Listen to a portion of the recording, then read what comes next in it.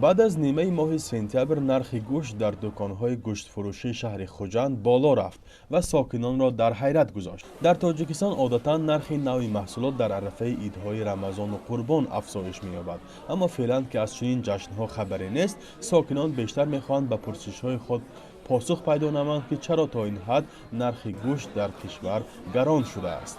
عزیزه شریپова یک ساکن شهر خوجند هفته یک بار به بازار می آید و کوشش می کند گوشت زیادتر بگیرد، چون که به اندیشه وی در شرایط پاندمی کرونا ویروس دیگر به غیر گوشت خوراک با قوت‌تر یافتن دشوار است که مسئولیت بدن را بلند نگه دارد.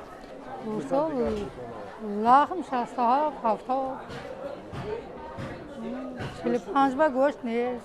نرخ گوشت که در آویزه های بازارهای پنجشنبه 45 سامانی برای یک کیلو ثبت شده است رعایت نمی شود و آشکارا گوشت فروش ها محصولاتشان را با نرخ 52 تا 55 سامانی می فروشند.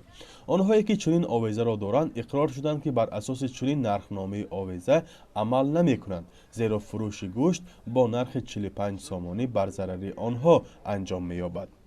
وابسته به این مأموریت بازار پنجشنبه با موافقت یک دکان گوشت فروشی از سنه 22 سپتامبر تصمیم گرفته است که نرخ آن را تا معتدل شدن وضع نگه دارد.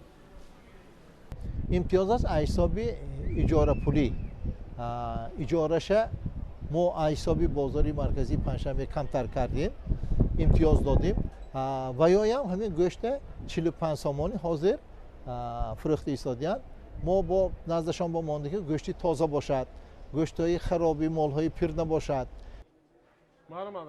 گوشت فروشی که به این اقدام راضی شده است نورالله نام دارد و در درآمدگاه اساسی بازار گوشت می فروشد. و میگوید شاید این دوره قیمتی به زودی گذرد، ولی علاج باید کرد که میزاجان نیز در این شرایط از خوردن گوشت بی بهره نمانند. من 45 فروختم، من اینجا از اون داشته پرسانش دیسته بلاستن خیلی سال استخوناشون نگاه کنم نه. دیگه گوسفندم خیلی گوسفند پیشی گوی خیلی مال سال دست در بدانم گو گوسفند وای نه خیلی معلوم نه. یکی یخی برانداست نشم. قیمت گوشت نه تنها در ولایت سوخت بلکه در تمام بازارهای تاجیکستان بالا رفته است. سبب بالا رفتن قیمت‌ها را در افزایش یافتن قیمت غذای چاروا و خراجات برای نگهداری آن گفتند. کنجاره، سبوس، علف‌ها همه ها نرخش بالا رفت. همین سبب هم نرخ گوشت خیلی بالا رفت.